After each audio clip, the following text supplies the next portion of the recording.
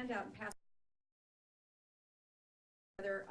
It was my little arts and crafts project Linnea, so there's nothing real on it except just me grabbing lots of artwork. But just a way to, not so much that this is going to be a Bible for you, but just a way to remember some of the things we might talk about in the course of this this hour and a half. So to get things going, we're talking about singing with mind, body, and soul, and sort of waking up the artist, if you will, which of course we're always trying to wake up the artist and keep them ever present and alert. So I thought maybe we would open the festivities here with a tune. It's off of my tribute to the late, great Nancy Wilson. How many of you are hip to Nancy Wilson, not from Heart, the really great rock and roll band, but Nancy Wilson, one of our iconic jazz singers. A show of hands of people who actually know her. Yeah? Cool. That's right. And there's nothing wrong if you don't know her.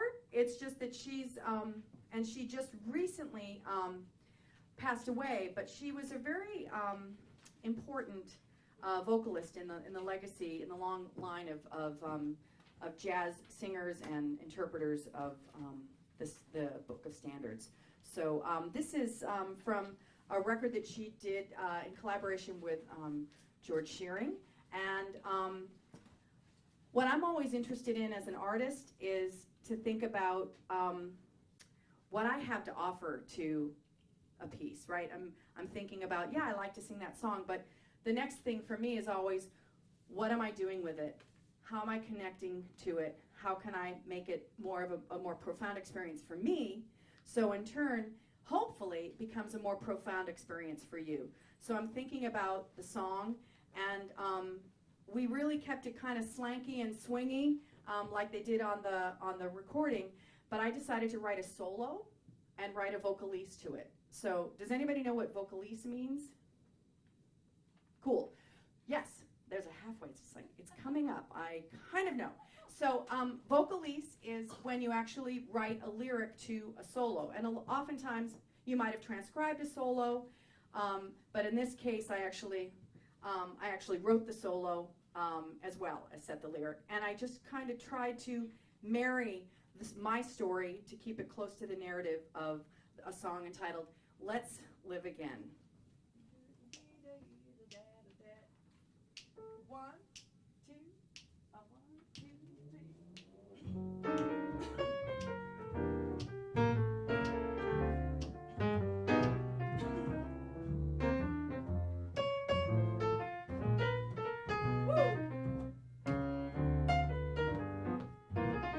When I looked at you, a dream came true, and suddenly right then, moonbeams were shimmering so bright. You were holding me so tight. Won't you give again? Let's live again. Oh, stars are in the sky and fill my eyes, and I can count 10.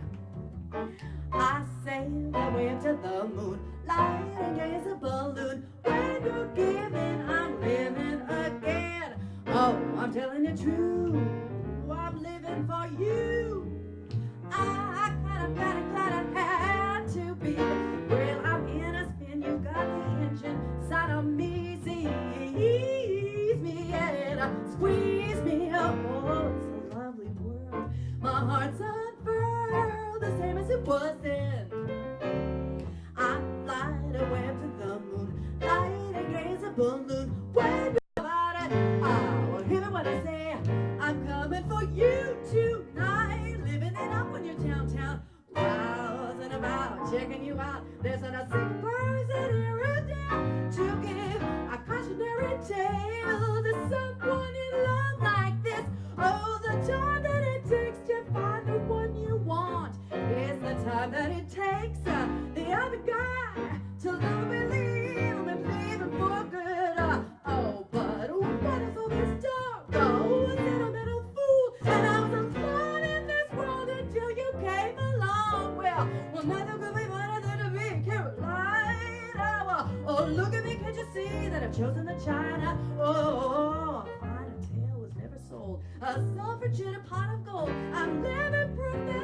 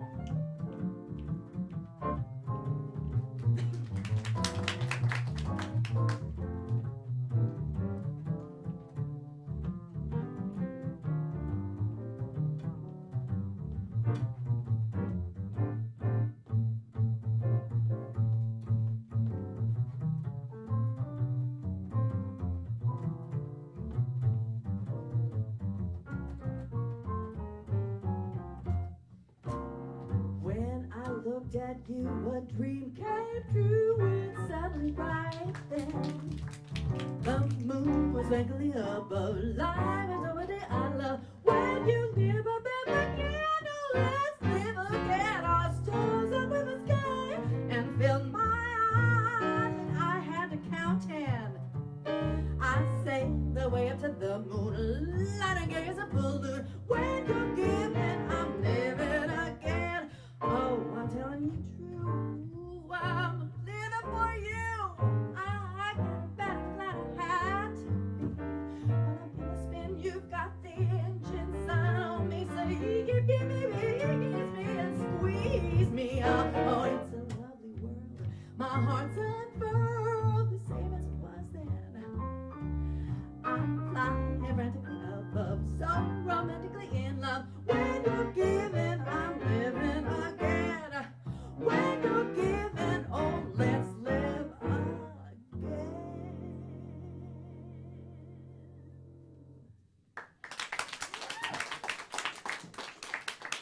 Cool.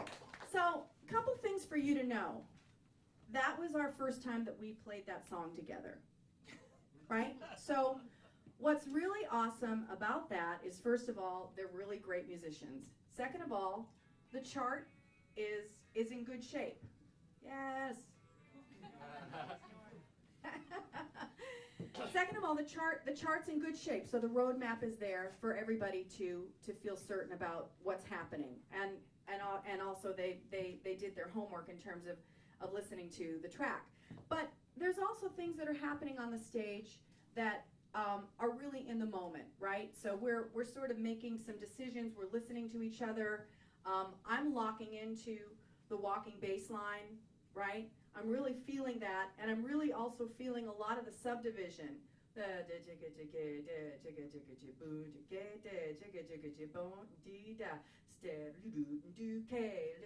Right? So I'm feeling all the triplet. I'm feeling the walking bass line. And I'm feeling big arcs in the feel as well. I'm just feeling the backbeat too. Right? So all of that is happening in my mind and my body as I'm thinking about singing the narrative of the song, right? Singing the lyric and being tied into all those things. And also then really paying attention to who I'm with on the stage, which is really what it's all about, right? It's not interesting to be the singer or the front person and to be here, right? And to be way out front. What I'm always interested in is kind of being in the belly with the band, you know, and really feeling it together. And that way we can have those kinds of immediate exchanges or respond to each other. You know, Mark is listening to me passing the line. He threw it to Mark over here for the bridge, and we can have those kinds of communication on the bandstand if we're paying attention, right? So so that tune for me was an exercise initially to figure out, like I mentioned before, how to become more invested in the piece. So when you're listening to it, what was your experience from hearing that piece for the very first time, right? So what are some of your observations about that? Any immediate comments from the peanut gallery? Yes. Normally when I hear tunes, there's always one part sticking out in my brain, but this time all of it just kind of meshed together in like a good musical form. Yay! Good musical form. Good. So I love all that. Any other comments though? Any other thoughts you could add to that? How do we get there? Right? How do you get to the place where the conversation is so connected that it feels like nobody's the star, but the music is the star, right? That's, yes, go. People on the stage are listening to each other, making sure that they're all on the same page. Yeah. So you're kind of like I'm singing. I'm not singing this way. I'm singing this way, you know, or this way, you know, the bass, the drummer's back here. Yeah, it's kind of a 360 experience. So the experience up here is really profound. And likewise, for me, then the ultimate communication is then to communicate to you, right? And my job as an artist is to make you feel comfortable, right? To put you at ease, right? Or to turn you on, or to get you excited, or to get you moving in your seat. Whatever the song, whatever my job is for that particular tune, it's to kind of, you don't have any work to do except to perhaps send me some love back, right? So, and that happens too from a nod, from a shoulder shake, from, you know, you can bring a lot to the table as audience members too. So, but getting to that place, I mean, I went to Berklee College of Music, so I remember what it was like to be sitting there, right? I actually sat in this room, in this very room, and like literally. yeah. Gary Burton was teaching music business. Yeah, so I think I was sitting back there in awe of my teacher teaching me music business. So I didn't know how to verbalize my mission a lot of times back then. I was young and curious and trying lots of different things, but getting to the point where maybe I could articulate or help you find ways to wake up mind, body, soul, artist ideas. That's what kind of today I'd like to spend a little time talking about those kinds of ideas. So how do you get started? For me, it's number one, it's staying healthy, right? Number two, it's building a healthy instrument, a vocal instrument. It's also building a healthy body and a healthy lifestyle. The age I am now, after 30 years of being, well, I should maybe tell you a little bit about who I am. I'm a recording artist, a composer, producer, arranger. I'm in a group called New York Voices, which is a vocal jazz ensemble that's been around for 31 years. So if you do the math, you can kind of guess how old I am, right? But what's really cool about being as old as I am is that my voice is still working, right? It's not the same as it was when I was 20, right? It's not maybe as supple and sinewy as it was at 20, but it's still in there. It's still responding to my ideas, you know, and I'm adjusting also to that instrument. So I've built an instrument that's going to continue to give me a career, right?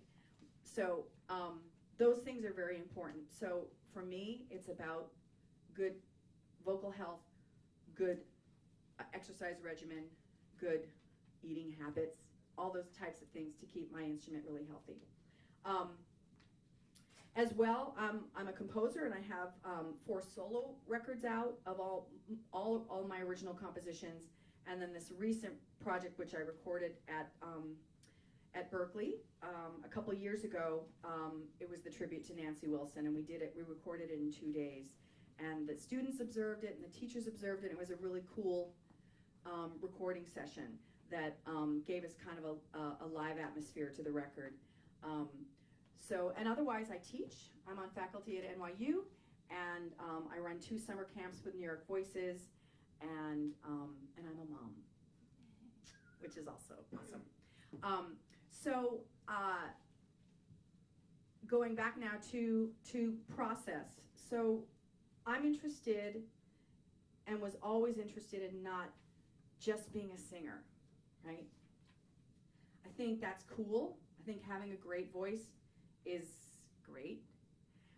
But thinking about trying to find ways and layers to your musicianship is what I think makes you profoundly more interesting as you march along, right? How many of you are in the 5-week program here? A show of hands. Okay. And are you guys all high school aged people? High school grade? Everybody's high school? Oh. Your college? Yeah? I'm 38. Yeah, girl. But you're at the 5-week program? All right now. That's great. Love it. So you're entering college maybe next year or in another year. Is that you guys all kind of rising seniors? That's so cool. So exciting. So what are the things that maybe a show, maybe people can volunteer some ideas. What do you think it's gonna take for you to arrive at the things that are going to be interesting to you musically. Like, what? Let me just ask, what are you interested in studying? I want to teach. You want to teach? Yes. Okay. And what do you want to do? Classical performance. Classical guitar? Voice. Voice. Okay, cool. Vocal, jazz, and musical theater. Awesome. I'd like to perform, produce, songwrite, and Awesome. Awesome. also vocal, jazz, and R&B. Awesome. Vocal jazz. Awesome. Vocal jazz. Singer-songwriter. Cool. Vocal jazz. Awesome. Singer-songwriter. Yay. Music therapy. Music therapy. Very cool. But you're singing and such as well? Singing in your process? Guitar as well? Jazz guitar. Jazz guitar. But you sing? No. No, come on, you're gonna sing. And for you? What, songwriter? Okay, cool. So, for me, when I got here, I basically jumped in and auditioned for everything, right? So you sort of try and discover some of the things that you're good at. You also find some things that maybe you need to work on. With everything, whether it's pop, jazz, R&B, folk, singer-songwriter, all those things, they all have sort of their own rules and freedoms, right?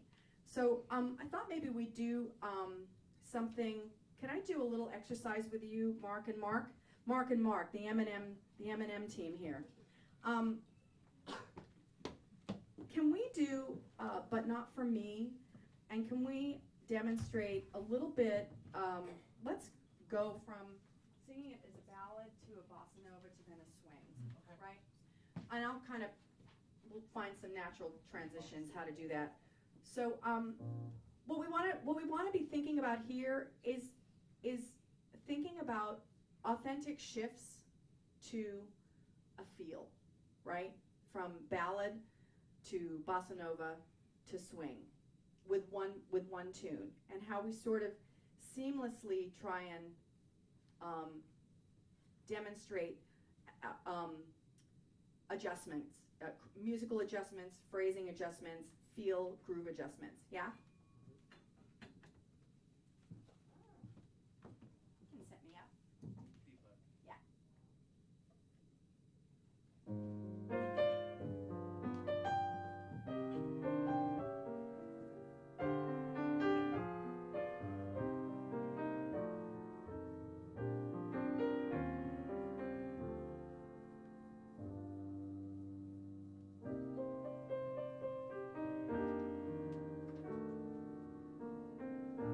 They're writing songs of love, but not for me. Lucky stars above, but not for me. We'd love to lead the way I found. More clouds of gray than any Russian play could guarantee.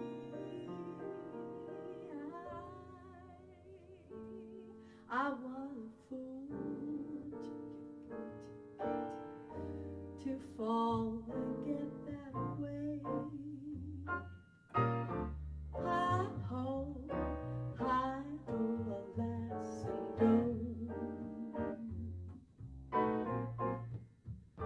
oh, so like a day, although I can't dismiss the memory of his kiss. I guess he's not for me. Then the writing songs of love, but not for me, only unlucky stars above. No, not for me. We'd love to lead the way.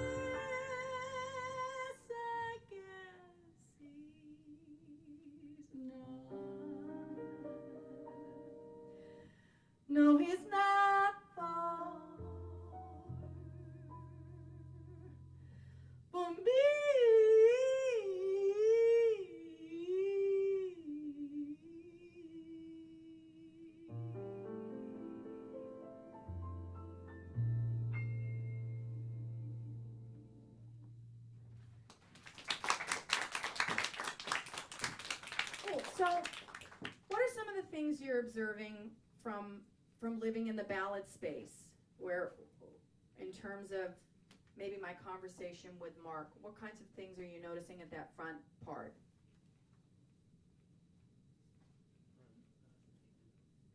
Yeah, I mean, thank you. But I mean, the thing is I'm still feeling time, but time is kind of slippery in terms of our phrasing, and that happens in pop, in jazz, in gospel, in rock. I mean, there's so many ways for us to slip around in our time and singing across bar lines and stretching out phrases. So we were having a really delightful connection, right? And then we started to slowly get into a slow bossa nova. And what happens in the bossa nova is that we're feeling more of the shaker, right, in our feel, and we're also straightening out our tone. So vocally, it's not so much about letting the vibrato spin, but it's actually straightening it out, right?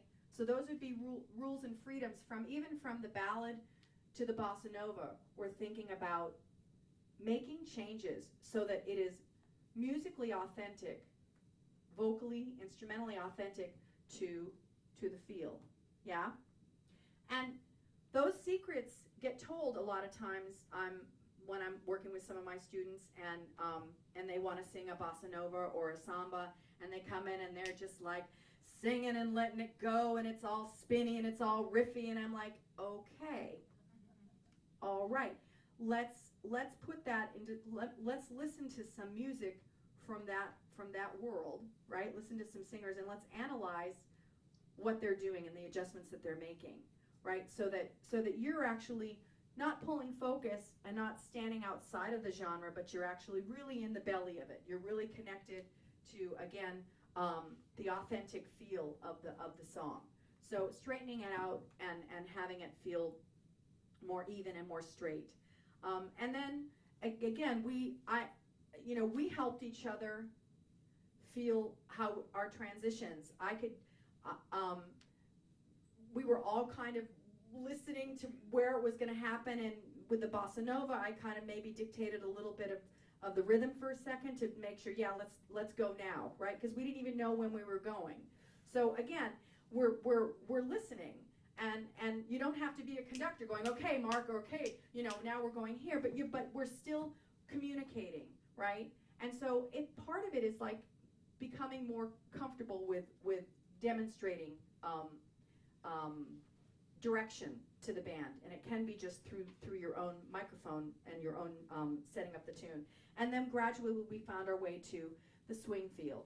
So, and again, in that instance, we're really feeling all the subdivision that I mentioned before in Let's Live Again.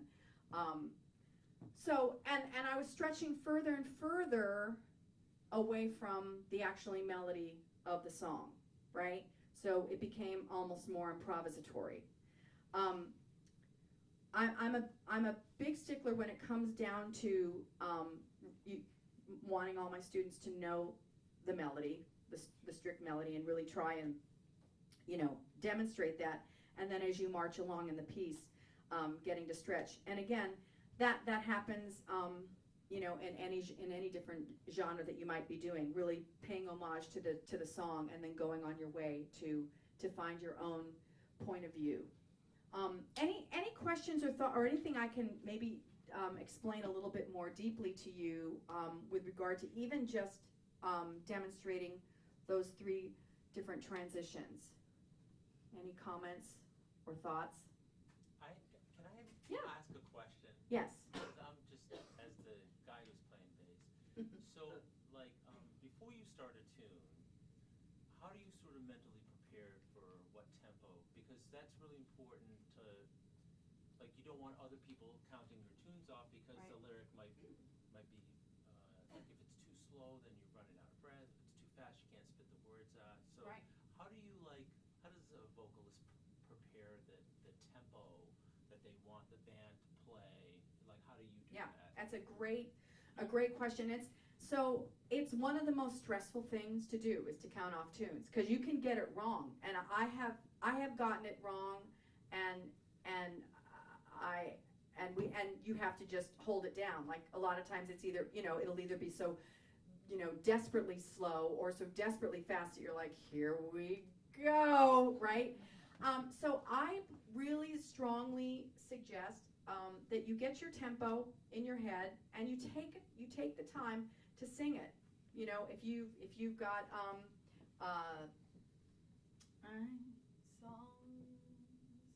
and then find your quarter note, for me, start tapping it, and then you go, no, it's a little bit slower. And then you're sort of got your tempo here, that's where you want it, and then you're ready for 1, 2, a 1, 2, right? So taking time to sing the melody, hey, yeah, right? And the other trick is if there's a particular part of the song that you go, if that's too fast, we're dead. So you start with that particular moment in the song. Duddly, duddly, duddly, duddly, dun, dun, dun. Okay, so I can't go any faster than that. So you start at a moment in the tune that you go, if that section is too fast, we're dead. So those are some tricks. And then again, find your quarter note or your half note, and then you're ready for 1, 2.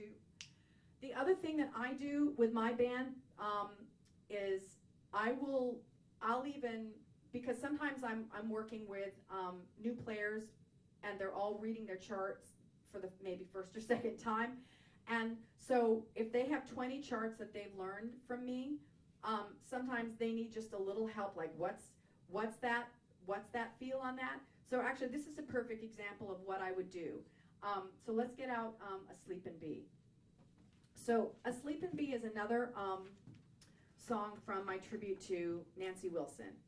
And the version that Nancy Wilson has is a classic, beautiful swing. Be lie sleeping in the palm of your hand. He's bewitched and deep in love, long looked after land. So it's right then you see a sun up sky. So it's a straight piece. And what I decided to do on this particular chart is to add extra bars to stretch out the song.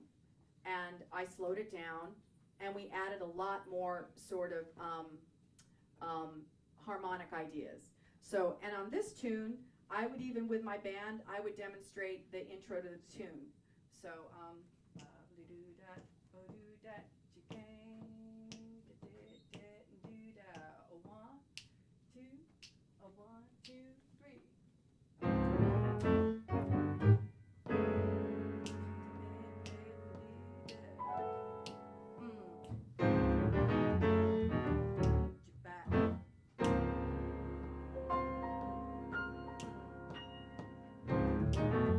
it's hard.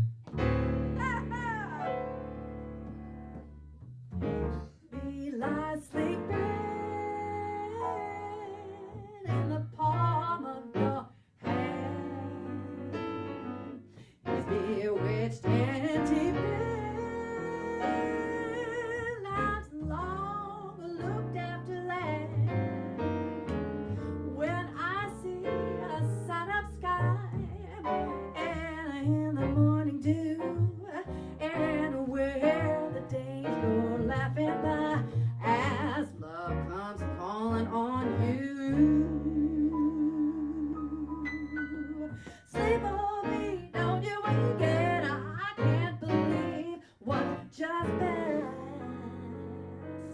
It is mine for the taking, oh, but I am so happy at last, 'cause maybe I dream, but he seems sweet, golden as a crown. Asleep in me, he done told me that I walk with my feet on the ground, with my one true love I ever found. That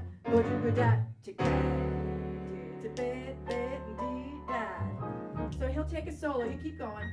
So that intro is tricky for an instrumentalist on the band. It takes a couple readings to get that to really feel right. But even still, as we're sort of squirming around up here, it gets more and more focused, because this is our rehearsal right now for our gig tonight, right? So it's even now you're in on a secret, right? A process of soaking it all up. But those ideas of li-do-da, shag-a-ga-da, they're all tricky and choppy, and they give the chart some texture. So, and then it kind of, it's choppy, and then we lay into a nice swing feel. Sorry I talked over your solo. It was really brilliant, Mark. I mean, it was really my favorite solo ever.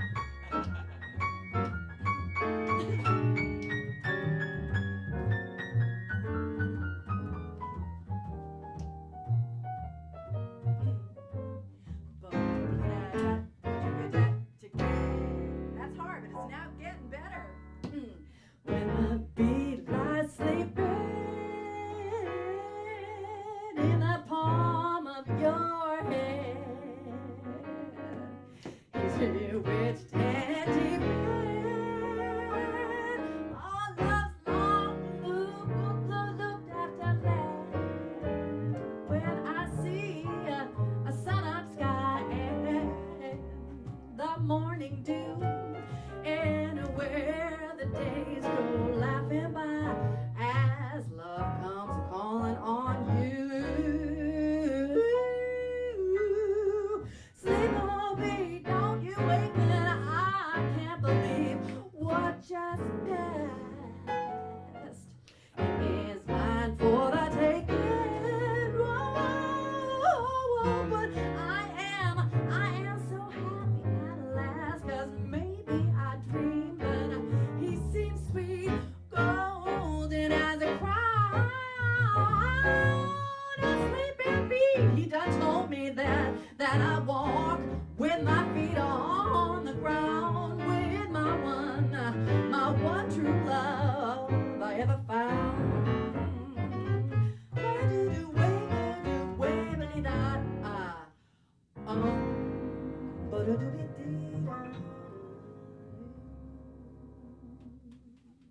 Yeah. Is that right? What is it? Yeah. Yeah.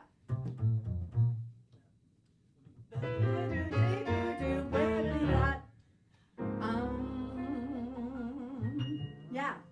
But those are really cool things, because I can sing those moments with them too. Do you guys also notice how much I sing in plie practically? You know what plie is? Plie is in like ballet. I'm singing with loose knees, right? Where they're not locked, where my support system is actually more supple and more grounded. And I'm moving with my music, and I'm feeling for, and I'm hitting some of those hits, and I'm with them, because again, mind, body, and soul, right? It's thinking about all of it is tied together, right? If I am moving to my music, I am grooving, and likely I'm going to be singing in the pocket, right?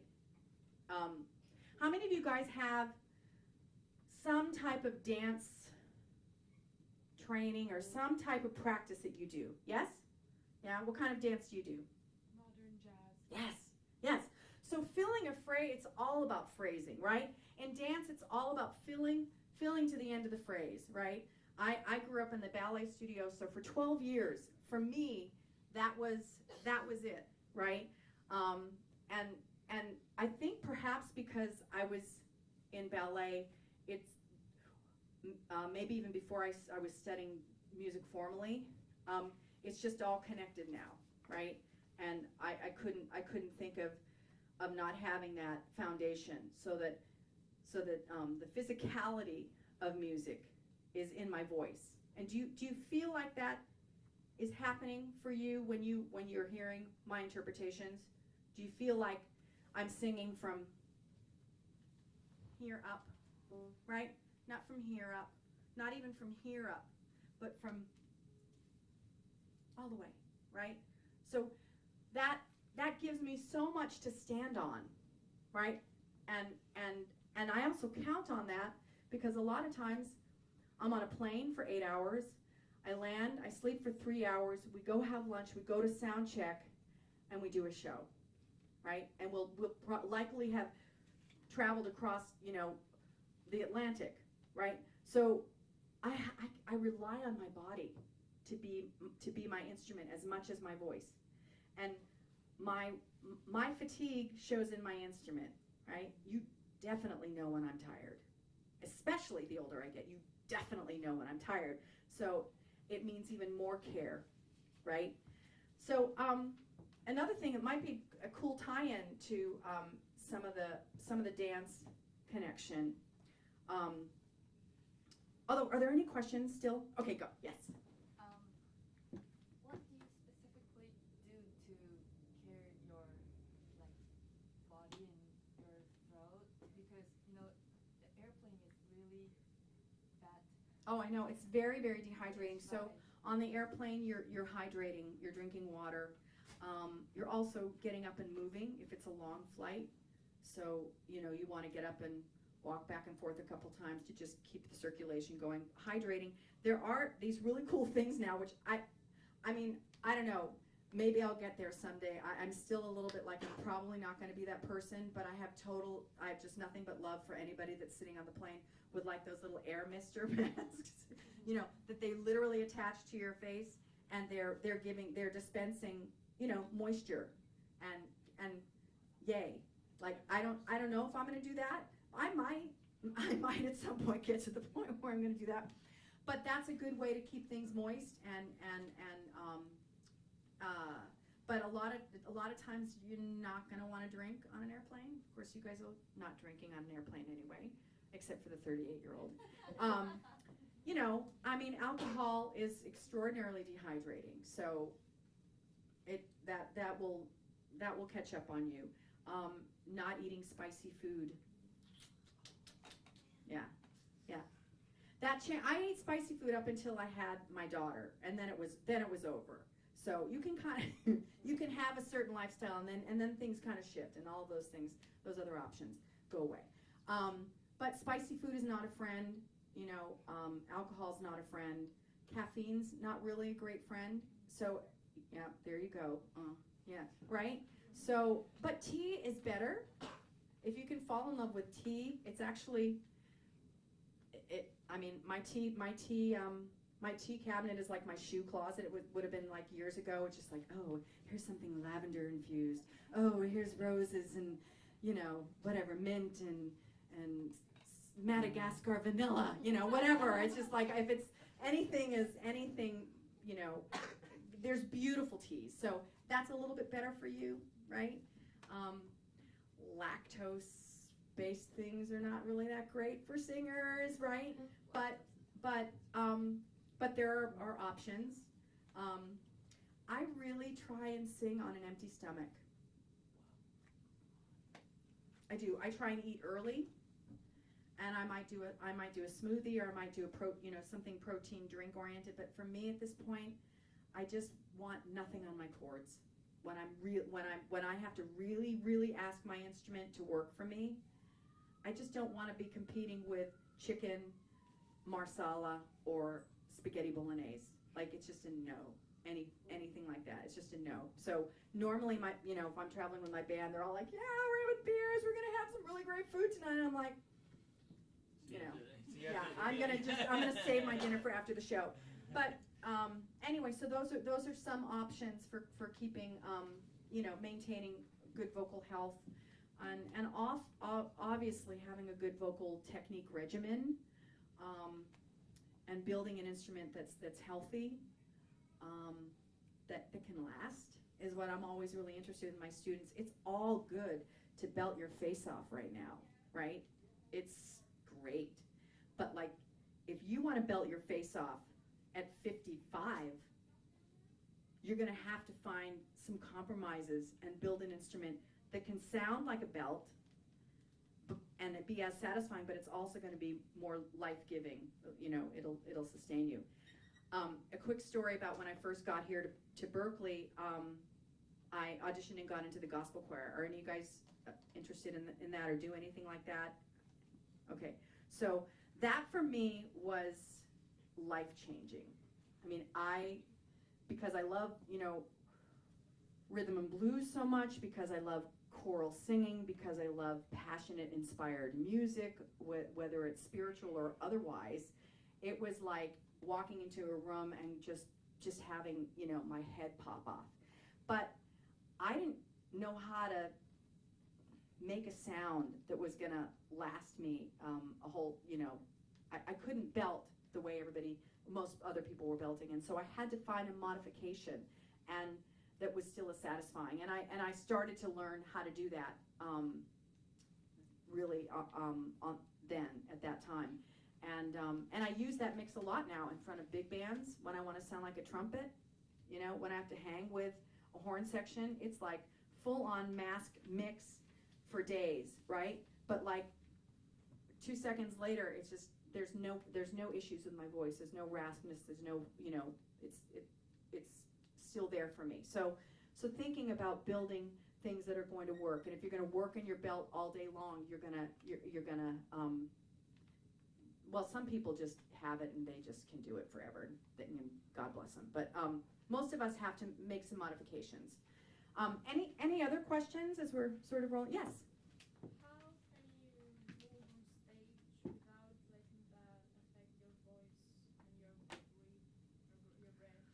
Well, it's a great question. I mean, I think it's all tied in for me. It's like you're not when you're walking down the street, you're not thinking about, I'm picking up my right hand now to scratch my head, and then I'm gonna reach into my pocketbook, and then I'm gonna shout to that person over there and point. All of it becomes part of what you do. Like so the movement for me is actually a connection to the music, and it's actually a connection to the lyric, and it's actually then ultimately a connection to you, right? Because I want to give something to you, right? So it's part of the physicalization of music. That for me continues to anchor me into the music, as opposed to feeling like, and it's not like I'm doing any choreography, right? I'm not, and I'm trying not to be distracting. I'm not trying to do jazz hands or anything crazy like that. But I am trying to express, right? So I guess for me, it's all the same. It's all the same thing. If you're someone that doesn't move very well, and maybe even doesn't move very well on beat and on rhythm, that can be a little bit of a problem. And it's always fascinating to me how many people can play in time very well, but they can't really express it physically. There's a disconnect, and that's not a bad thing. It's just that you might have to practice a little bit better, or simplify, or not do it. It's not a bad thing that you're not doing it, but it is a nice thing to feel like you're connected physically. Does that answer your question? Yeah. Do you have a performance coach, or do you prepare the performance yourself? For the most part, I've made my opportunities happen for me, and I have benefited from a lot of really extraordinary musicians and collaborations, and I usually co-produce all of my records, and I certainly create the concepts behind them, or write all the music but I would be lying if I didn't say I've surrounded myself with really extraordinary people in my life, and they've taught me how to think conceptually. I count on my friends or my husband, who's sitting in the back, to at times, if I'm putting up new music, to let me know how's that sounding. Am I close? Am I warm, or is it still crap? I mean, you've got to. It's nice to have some perspective. The one thing that never ever lies is recording or videotaping. Like, videotape yourself and listen back and see if you sit there and you go, damn, I sound good. Or you go, that's a little jive right there. Or that could be better right there. And you have to kind of be able to look at your work and yourself with that kind of criticism. I think artists usually have a lot of self-criticism anyway. So it's hard. We're hard on ourselves a lot. But you got to get real at a certain point when you're like, if you're presenting your work or you're doing a concert, to put some thought into what you're doing and what you're presenting. And so coaching, not so much. No, I think I've been my own opportunity creator. You know, I think that's really how I've sort of taken charge of my artistic journey, and I advise that for everybody. Yeah. Do you have any advice for how to like more effectively be communicating like with your band both before and after and like during your pieces? Before and after, and during, like when we're on the bandstand, or like when we're at just at rehearsal and we're. Like, yeah, kind of both. Yeah, because I will tell you this, it's so scary, okay? I remember when I would be like, okay, I don't play the bass and I don't know how to talk to you about what you're going to do.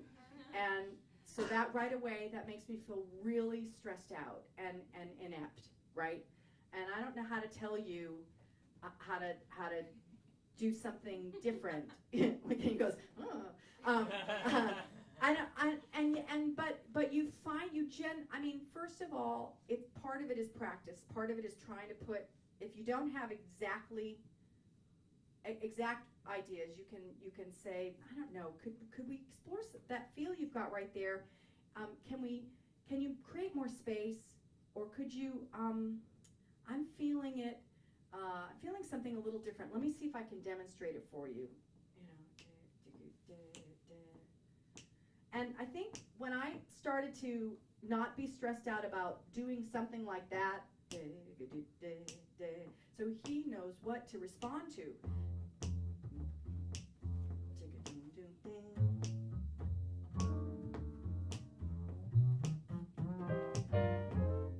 So that happens in 2.5 seconds flat, whereas if I were to say, so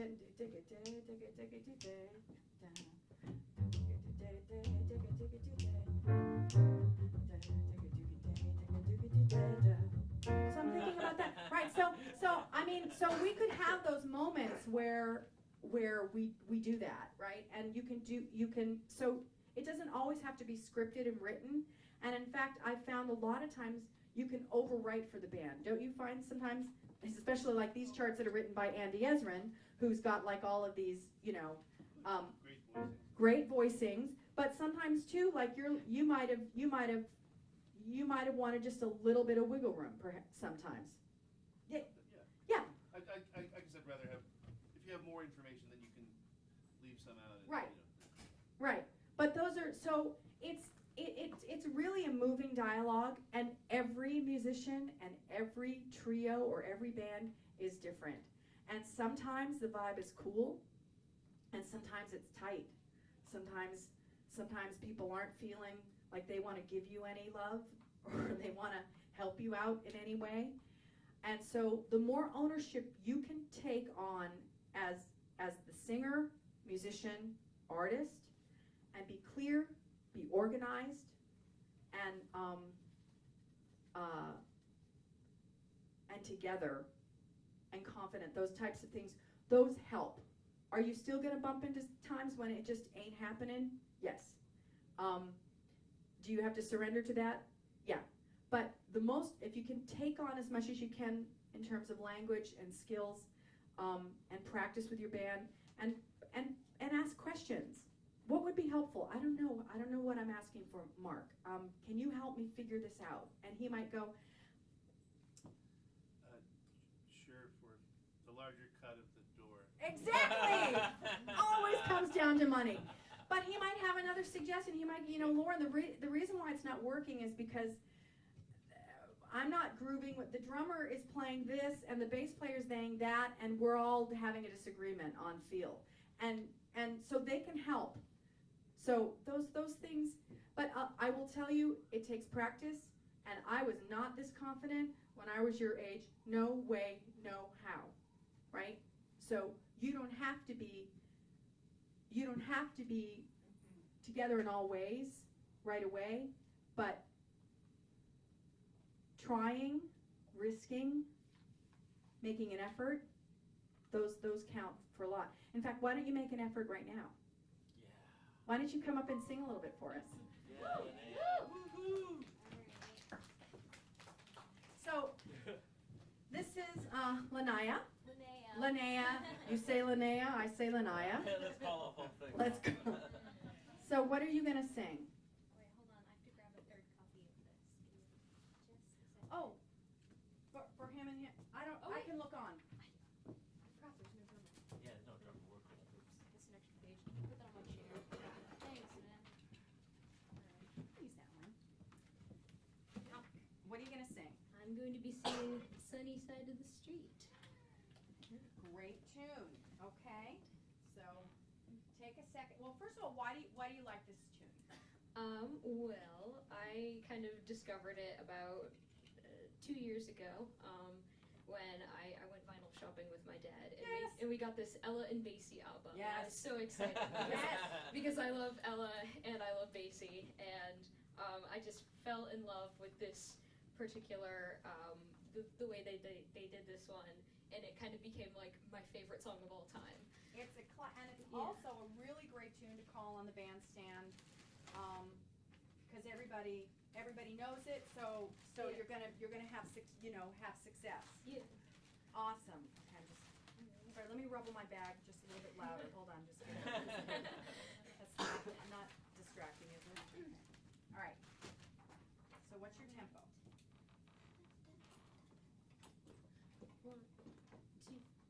1, 2, 3.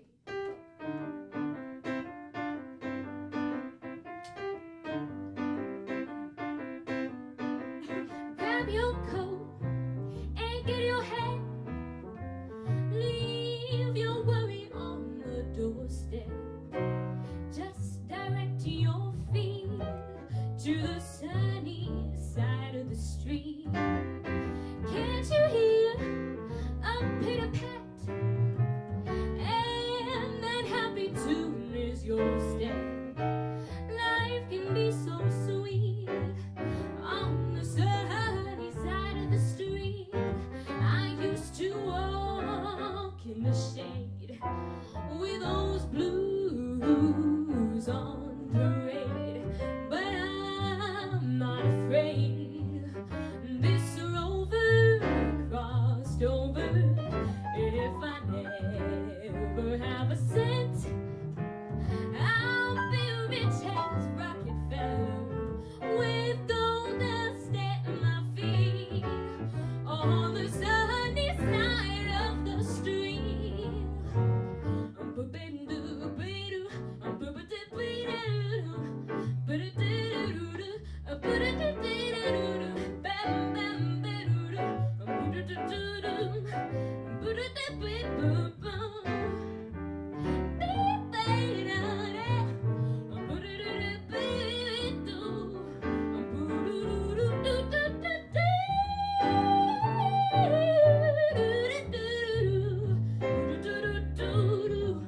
I used to walk in the shade with those blues on parade, but I'm not afraid. This rover is crossed over. If I never have a cent, I'll be rich as Rockefeller with gold dust at my feet on the sunny side of the street. On the sunny side of the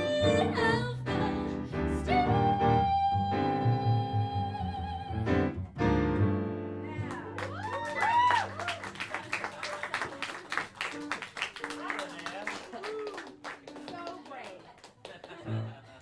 Awesome. So wonderful. So many great ideas, great musicianship. The one thing I wanted correcting is you hunch a little bit. So you're here. This is your posture. I never had a cent. So I want you to just I don't want you to force it, but I want you to be mindful of it because it's cutting you off from a little bit of your breathing line, right? If you think about your pipeline, of your breath. Yeah, if you're hunched this way, then you've kind of you've cut yourself off a little bit with the passage. So a couple things for me. She's got wonderful musicianship. So for me, I want to start editing. And the two things I want from Linnea is I want her to do some self-editing, and I want her to show me dynamics. It's all kind of here for me, right? So I want you to bring me into the story, and you do that with dynamic shape and with space. Space is sexy. So sexy, right? So especially in your solo, think about less. Think about letting time tick by just a little bit. So what I'd like to do is I'd like to pick it up at the solo, and I'm going to play a little game with you called, I'm going to point and you're going to scat, and I'm going to make a fist and you're going to stop. Okay? And then the other thing we're going to do after that is I want you to give me a subito piano. I want you to crash down band 2 right after, I think it's after the bridge. Could be a cool place to kind of bring it down so that we have some place to go. Because if we're just here all day long, it might be good if it's like, if it's just the club and everybody's rowdy and there's just nobody's listening and it's just got to be full on octane singing the whole time. Great. But if you're commanding the stage, then we're looking for nuance, we're looking for color, and you get to sing all night long, so you don't have to express it all in one song. So think about this as a story. So let's go in at the shall we get her into the 4 before the solo? Sure. Those stuff, right? 1, 2, 1, 2, 3. On the sunny side of the street,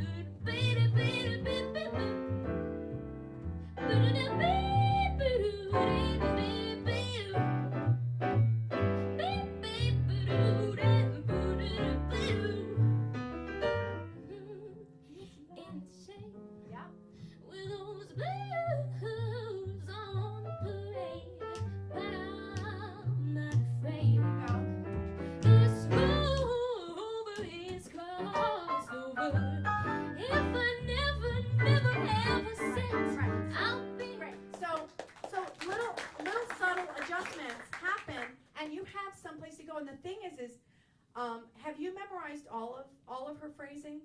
Yeah. Okay, so great. I love it. No, I mean it's always a great place to transcribe solos, transcribe vocal performances. But a couple things to think about. Go back, number 1, and learn literally the strict melody of the song, so that you know it. Right? And I'll give you a perfect example why that should happen. I remember when I was singing Them Their Eyes and sitting in at jam sessions, and I actually started singing, I don't know, where I'm 17 or 18, and when I got here to Berklee and I got my first real book, and I looked at it, I was like, oh, okay, because I used to sing it like Billie Holiday, so I don't know. G, I don't know what I do with it. Sure, yeah. 1, 2, 1, 2, 3. I fell in love with you first time I looked into them their eyes. You got a cute little with them their eyes. They make me sparkle and tackle, they make me blue. I'm falling, no stalling, falling in a great big wave for you. My heart is jumping, you started something with them their eyes. You better watch them if you're wise. Brown eyes, the sparkle, the bubble, they're gonna get you in a whole lot of trouble. You're working up, there's danger lurking in them, their eyes, right? The melody is really 1, 2, 1, 2, 3. I fell in love with you first time I looked into them their eyes. You got a cute little flirting with them their eyes, right? So I took her pedal tone. I fell in love with you the first time I looked into, and that was the melody for me. But that's not the melody. Ah, ba bo ba doop, beep ba bo ba doop, right? So I didn't know that. I didn't know that for like 4 years. And then I read it, and then I looked at it in the book, and I went, oh crap, right? So go back and learn that. I do know it as well. Okay, good. We So learned it last year. in good. Jazz. So here's the things that I would do if I were your teacher. I would go, yay, you transcribe that whole thing. Yay, you're improvising. Yay, yay. Right, and then I'd go, now let's find out who you are in this song. So I might say to you, can I hear, now that you've shedded Ella, can I hear your improvised choices on first the melody and then perhaps, your own choices, right? So that it starts to become yours and maybe Ella's choices, or yours and Ella's and Count Basie's choices, right? But they start to kind of merge and they start to blur, the lines blur a little bit. So that would be number one. I would just go back to the beginning, because you might actually find some other things out, and through that process you might start to develop some other ideas about what you'd like to do with a tune. You could write your own shout chorus. Your improvised section could be something where you had some structure to it. You could design also some of these arcs in the story, dynamic pictures, because you've got a lot to offer. So it's now figuring out who you are versus the transcription, and that's like the next chapter to get to, and that's when the chapters get really good, is when you start to ask the questions, who am I, right? And who do I want to be? And how do I get there, right? So part of it is like listening to not just Ella's version, but now tonight I want you to go and listen to 2 other vocal versions and 2 other instrumental versions and see what happens. There might be another feel that you go, oh, wait a minute, right? So going and doing your research, don't stop at one, go visit some more, and then see what happens, right? This is fabulous, and the great thing about it is also it's a great chart. Did you write the chart? My dad did that. Great. So collaborate with your dad next time and go, you know what, Dad, this is great, but I actually have a couple of ideas I want to insert. Will you help me insert that? That's a great resource, and you can just play some ideas on the trombone or sing them, or maybe you write and play piano too. But think about that. So just in terms of trying to discover what the next step is for this version of that tune, because this is great, right? Really, a really great job, everybody. Yeah, give her a big hand. Yes, thank you. So fabulous. Does anybody else want to come up and sing? Yeah, come on up.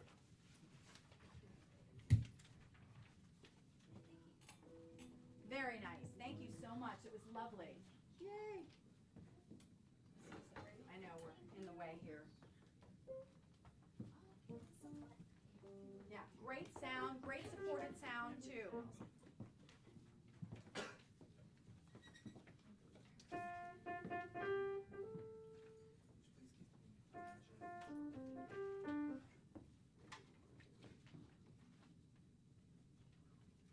One, two, 1, 2, 3, 4.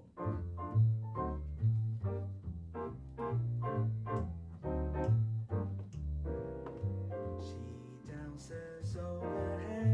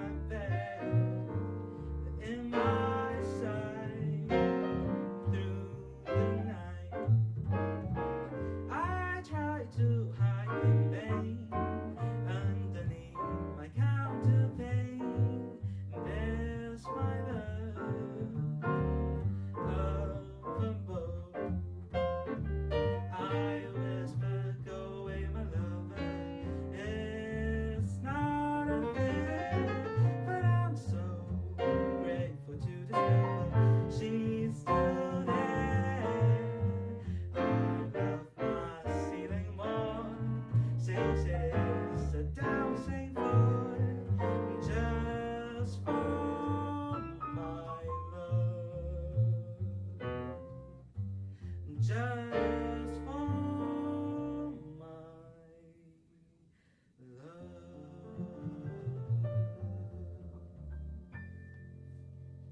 Nice.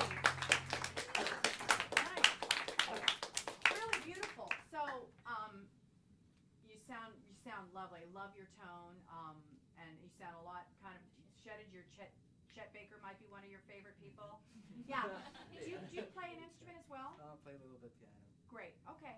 But what's really cool about what he's doing is I love he's emulating Chet's straight tone, right? And which is so cool because it's just got this very instrumental feel to it, in my opinion, and a really nice. I can almost hear him playing the trumpet. You know, fa fo fo fe fe do fe fe do. There's that color to it, which is cool, and I'm always really very interested in bridging the vocal instrumental gaps and sort of actually trying to get those to really talk to one another. So nice colors. For me, sometimes using your voiced consonants, your D's, the cuz, does, ulls, are going to help you place your intonation. Sometimes there's some intonation not getting up quite high enough on the notes. And I think if you thought about your voiced consonant and thought about the vowel shape after that, it might help you with your intonation at times. And it's not like all the time, but since you've got the thing is when you're singing so clean like that, it kind of advertises the times when you don't quite make the note, so it becomes a little bit more like, oh, right? So think about tuning being ready for some of those intervallic leaps and being that far ahead of the chart to be like, okay, I either need to be breathing or get ready to do something here. So and the other thing for me, again, I'm sort of looking for story, right? I'm looking for, why do you like that tune? Tell me about that tune. So it's a funny lyrics. Like, Tell us the lyric, can you? Sometimes it's hard to tell us the lyric and not yeah. sing it. But. She dances overhead on the ceiling near my bed, in my sight through the night. I try to hide in vain underneath my counterpane. There's my love up above. So Up above. Up above. You have to fix that vowel for it to be a little bit less of a like to have it sound a little bit more authentic English. Up above. Above. Bub. Above. Bub. Yeah. Instead of boo, you're kind of going that. So get it a little bit more lined up and a little more tall vowel there. But keep going. Sorry. I whisper, go away, my lover. It's not fear, but I'm so grateful to discover she's still there. Yeah. So it's quite dear. It's quite sweet, right? So I'd like to see that sweetness and that vulnerability from you a little bit more. In a way, I want you to really think about the lyric. And on this form, I sort of talk a little bit about sing the lyric and say the song. You know, sometimes we're so busy singing, we're so busy being singers, but it's important to say it, right? And so sometimes we oversing and overthink things. So I'd like to hear more. I'd like to hear more speaking and narrative from. What's your name? Arvin. Arvin. Oh, what a great name. Oh, I love it. So Arvin, I'd like to feel more connection to the lyric from you, right? And that kind of means, you know, just in general, just sort of opening yourself up to the room a little bit more and in a vulnerable way. And then I would also like in your improv as well, I'd like more space. It's like it meanders. And do you guys hear that now? A little bit was true for you there as well. You don't have to improvise everywhere.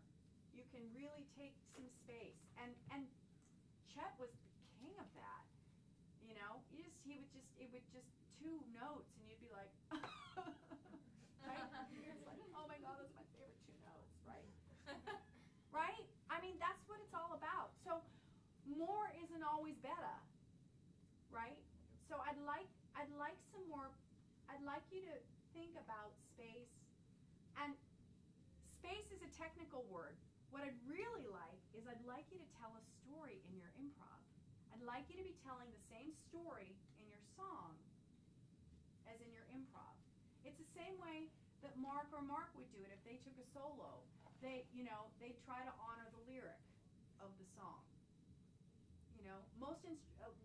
So many instrumentalists, they sometimes they know the songs better than, lyrically some of the greatest improvisers did, and really know the song, is not just the melody. So could you just maybe take it from the bridge of the first time and then a little bit of the solo, and let words hang in the air. And can I just tell you one quick story why that's good? So last week I curate a vocal night in New York City with Janice Siegel from the Manhattan Transfer, and so we have lots of singers.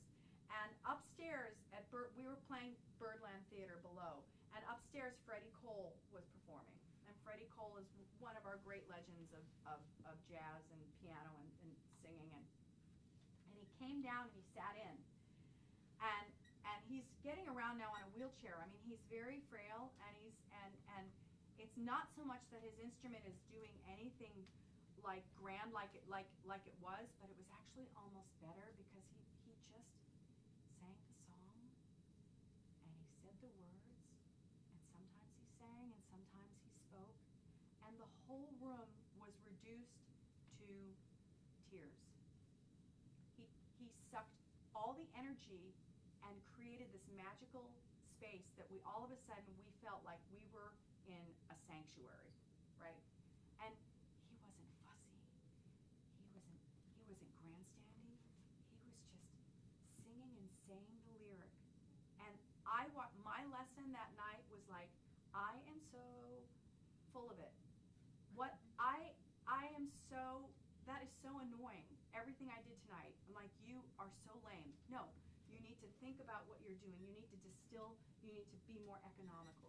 You need to be more choice, because look at what he just did to the room, and so it's okay. So permission to simplify to the core of the song. Yeah? Okay. No pressure. The bridge. Yep. 1, 2, 1, 2, 3, 4. I whisper, go away, my lover. Tell me. It's not a fair, What? but I'm so grateful to discover she's still there. I love my ceiling more, since it is a dousing floor, just for my love. Can I stop you? Can you actually swing less? Let them swing. Can you ride on it like a wave? Can you just sit on the top, and can you just say the lyric a little less punctuation with the way you phrase it? I'm looking for just fairy dust floating on top, and I don't want you to work so hard. Let us lean into you. Yeah? Bridge. 1, 2, 1, 2, 3. I whisper, go away, my lover. It's not a fair, but I'm so grateful to discover she's still there. I love my ceiling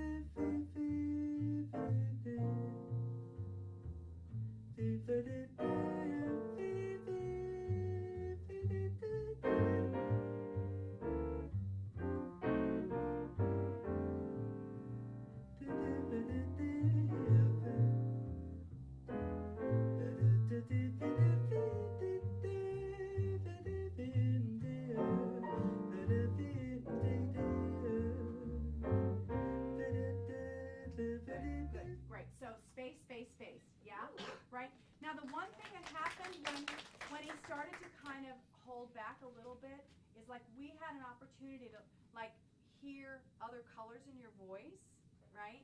And we leaned in a little bit. You still have to, the thing that's tricky when I'm trying to have you unlearn something that you're practiced about learning is you're not ready to give up everything yet. And I have to go, come on, give it up. No, I want you to give up that phrasing. I want you to give it up so that you start to feel the potential of other possibilities, right? And yes, it's good to have the rhythm of what you do, but eventually you want to be able to adapt to anything that might happen. He might feed you a line and you go, oh, or do that to you, and you go, what the hell am I supposed to do that? Right. So it's about knowing the song and then being willing to risk something on the bandstand, right? And that's kind of, that's especially, I mean, I don't think it's exclusive to jazz. I think it happens everywhere in all genres of music. So when you're ready to risk phrasing and have it not be over the top, but still have it to be in the belly and in the genre of, or in keeping with the style, you know, that's when you feel like you're in the room where the magic's happening, right? And so I think for you, this is, again, great voice, great musicianship, tons of potential. And it's a matter of now playing with the colors. I was actually thinking at the end of your solo, I thought it should just then finally go to just you and bass. So after your solo, tacit piano for a minute, you know, and have it come back again. So, and these are little arranging things that you can do on the fly. It's not like, oh my God.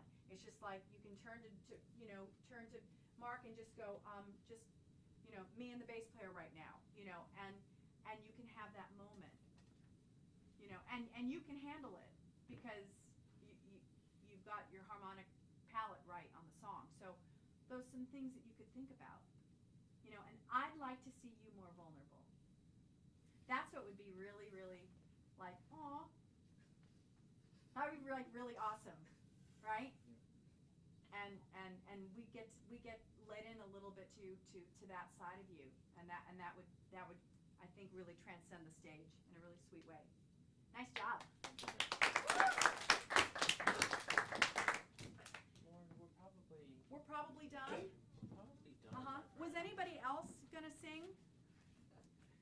What were you gonna sing? G baby AI. You wanna But if you're I feel bad. I know we didn't get you up here. I sang too much. Ah, darn it. Do you want to close out with that? Maybe let's. That will be our last song? That's our last song. You wanna- Yeah. Let's get you up. Yeah. but, Yay. I only have one chord. Okay, I Okay, know. what key? What key? C, I mean A minor, yeah, C. The first What's chord your is name? C. My The name first is chord is Remy. A.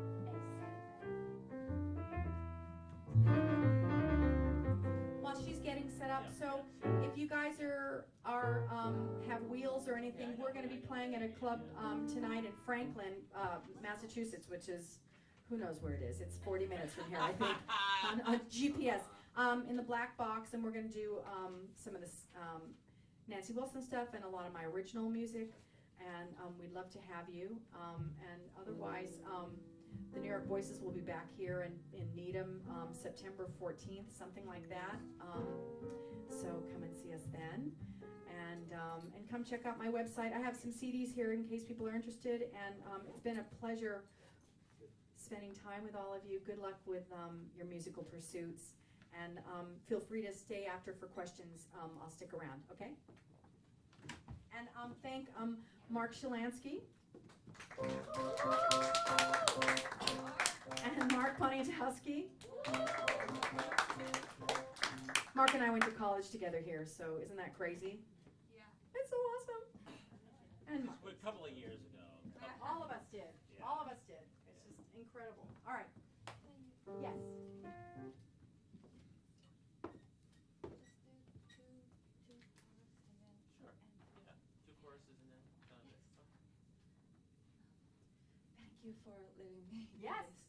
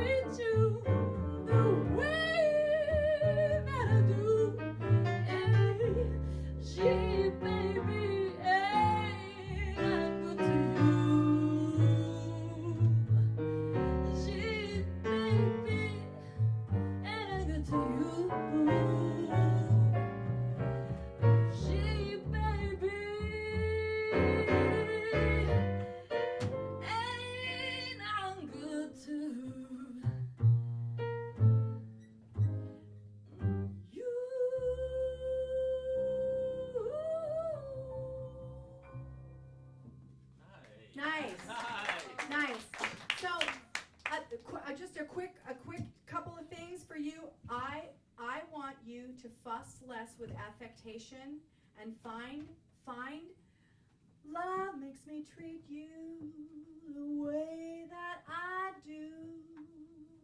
Gee, baby, ain't I good to you? You don't have to work so hard to make a point. Hard to make a point. 'Cause gee, baby, baby, baby, baby, ain't I good to you?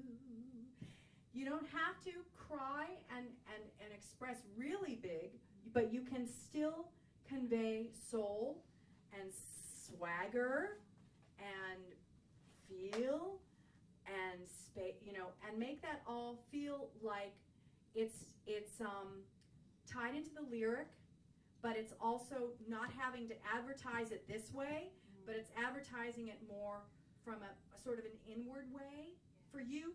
Like I'm looking for outward for him, and I'm looking inward for you, so that it feels again a little more settled. And there's a lot of sensuality that can come from this song. That doesn't have to be this.